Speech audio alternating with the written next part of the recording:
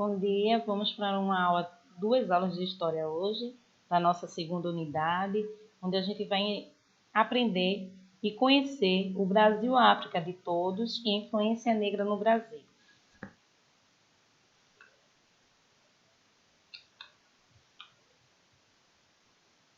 Só um momento. Vamos lá. Unidade 2. O que vamos estudar? Brasil, África de todos, influência negra no Brasil, a exploração infantil, capitanias hereditárias, os governadores gerais, invasões francesas, invasões holandesas, entradas e bandeiras. Então vamos lá. Brasil, África de todos. O que vem a ser o Brasil, a África de todos? Então, isso inicialmente, os portugueses, tentaram a escravização dos índios, mas as resistências deles, as doenças que os dizimaram e a fuga para o interior impediram essa escravidão. Aí o que os portugueses fizeram? A partir de 1570, o rei de Portugal, Só dar uma baixadinha aqui, tá? Para vocês visualizarem melhor. O rei de Portugal começa a pensar em abolir a escravidão indígena. Em 1609, é assinada a Lei Áurea dos Índios e, para substituir o trabalho escravo indígena, tem início o tráfico de negros, que aumenta ainda mais os lucros da coroa com a venda de escravos.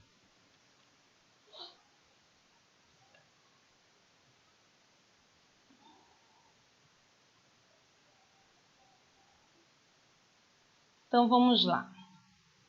A África é um continente muito grande, está dividido em vários países, e cada país tem povos com costume e línguas diferentes. Quando os portugueses chegaram ao Brasil, encontraram os índios, e algum tempo depois eles trouxeram os africanos negros como escravos para trabalhar no Brasil. E quando chegaram ao Brasil, eram vistos apenas como escravos negros e considerados todos iguais. Todos iguais de que forma? Cada uma dessas raças, branca, indígena, negra, foi de grande importância para a formação do povo brasileiro. Aí veio as influências negras do Brasil. Então, no primeiro capítulo da gente, que fala da África de todos, quer dizer que através de nossa etnia, nossas raças, seja negro, branco, indígena, vem a formação da influência negra no Brasil. Então, ocorreu assim, ó. Deixa eu organizar aqui.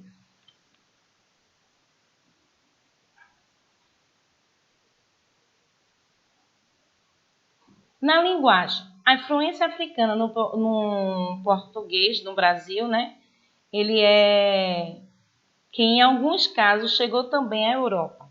Veio do Iorubá, falado pelos negros vindo da Nigéria, e notada principalmente no vocabulário relacionado à cultura e à religião, e também no quimbundo angolano, em palavras como caçula, cafuné, moleque, machixe, samba, entre centenas de outros vocabulários.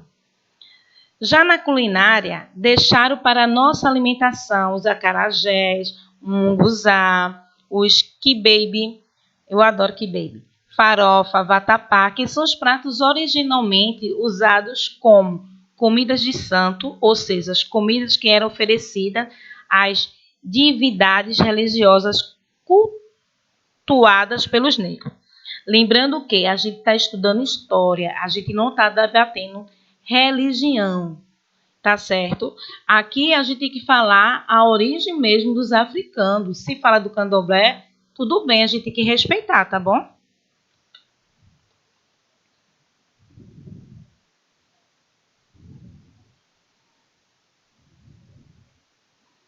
Aqui a gente tem as imagens de comidas vinda da África, dos negros. O cuscuz, a feijoada, a farofa, foram incorporados, né, os hábitos alimentícios dos brasileiros, como o angu, o cuscuz, a pamonha, a feijoada, nascida nas senzalas e feita a partir das sobras de carne das refeições que alimentavam os senhores. O uso do azeite de dendê, leite de coco, temperos, pimenta e de panelas de barro e de colheres de pau é tudo de origem africana, ou seja, de origem negra.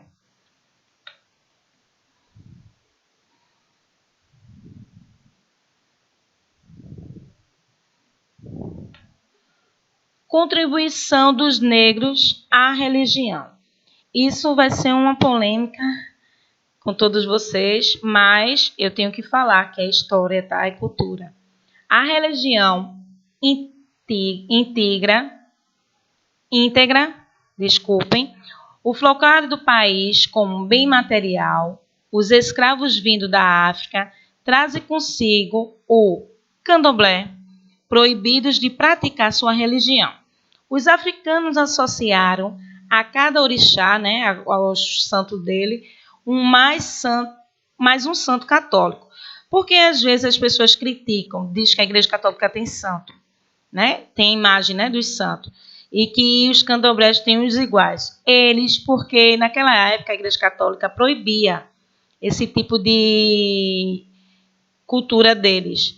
Aí o que eles fizeram? Copiaram os santos católicos e colocaram como as oferendas dele, né? Conforme cada religião do Brasil. Para exercerem sua religião sem serem perseguidos, dos orixás de origem africana se tornaram mais populares os seguintes: o Oxalá, o Xangô, o Iazu, o Zumbu, o Gu. Esses são os nomes dos orixás deles, tá bom?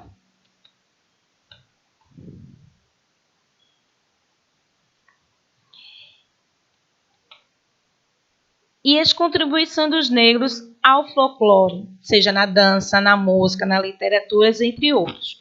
O folclore é entendido como um conjunto de manifestações espirituais, materiais e culturais de origem popular, transmitidos via oral ou pela prática de geração em geração. Compreende assim as tradições, festas, danças, canções, lendas, superstições, comidas típicas, vestimentas e artesanatos, cultivados especialmente pelas camadas populares.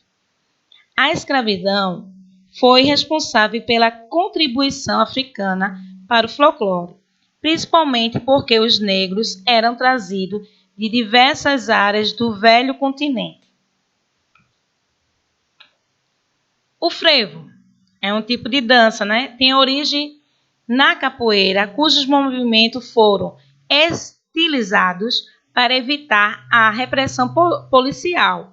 O nome vem da ideia de fervurar, pronunciada incorretamente como frevura.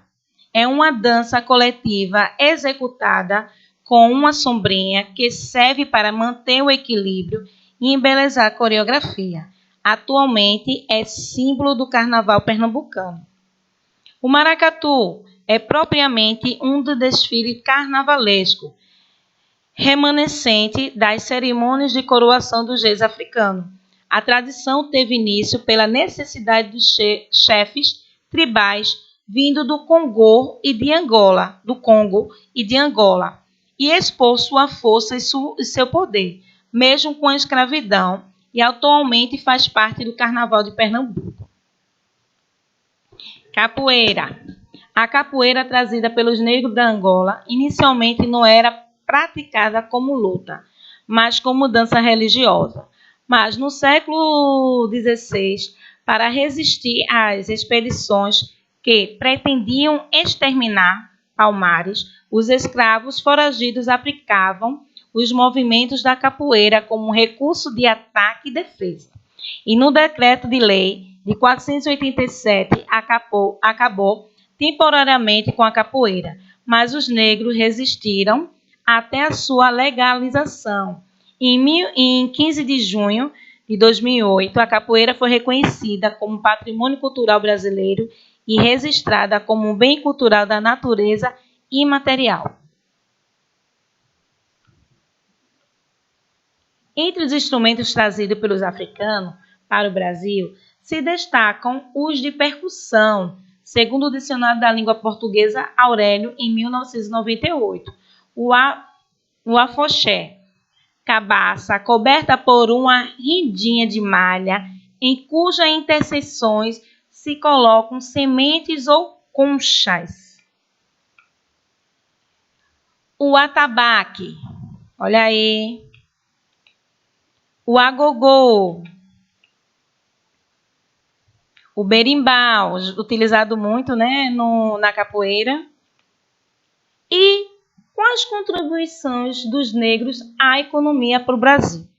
O principal motivo que acarretou a formação do Brasil foi para a extração de minérios, sendo os principais o ouro, o ferro, a prata, o diamante, além dos vegetais, como a madeira e outros. E como isso, a Europa ficou eufórica para expor essas terras, trazendo assim o negro para a economia brasileira. Olha aí o negro na extração da cana-de-açúcar, né?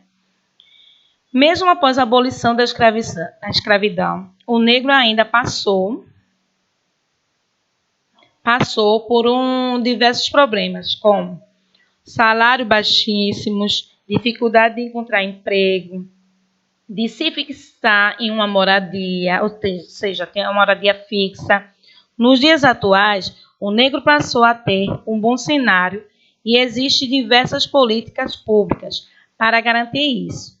Entretanto, ainda é necessário acabar com o preconceito e o racismo, que ainda perdura na sociedade brasileira, mesmo que essa esteja tentando combatê-la. Ou seja, ainda existe, né, o racismo, a gente não é cego, né? Existe o racismo ainda no nosso país. Então vamos lá, a contribuição dos negros à política. O negro também foi essencial na política, não por ser negro, mas porque era inteligente também.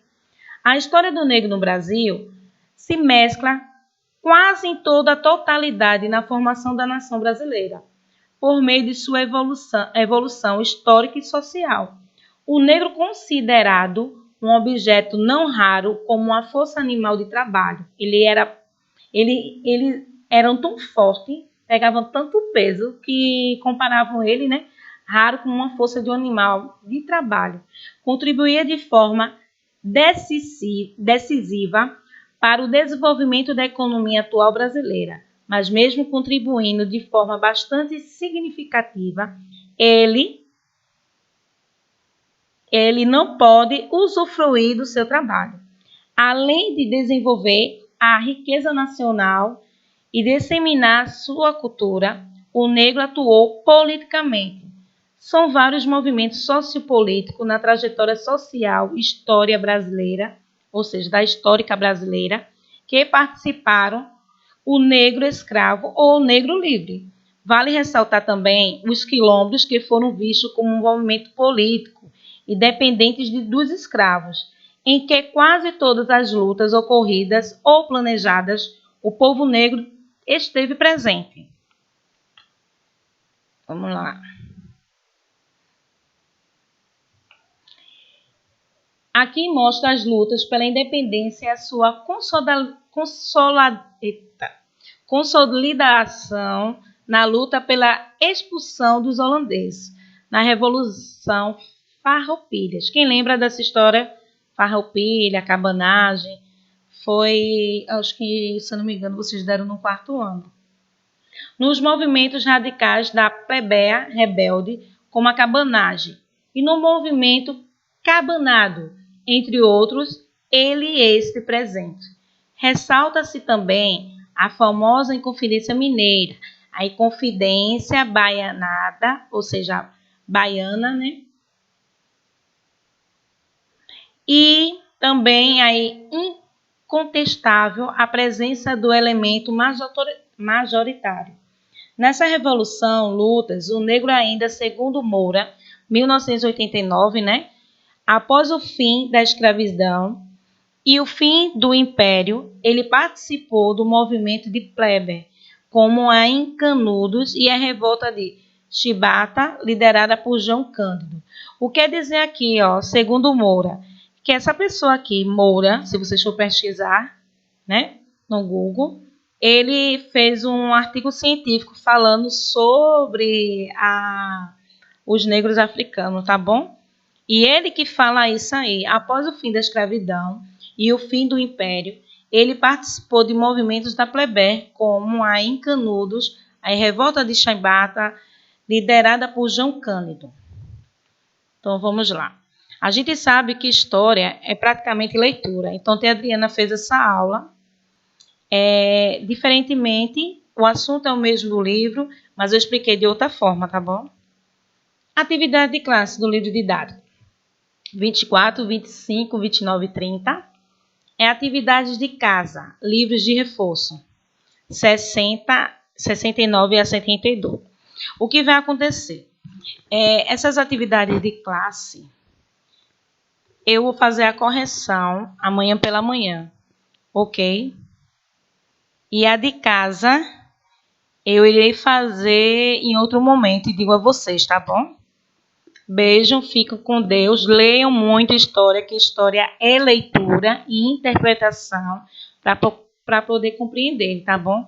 Beijo e até a próxima aula de história. História.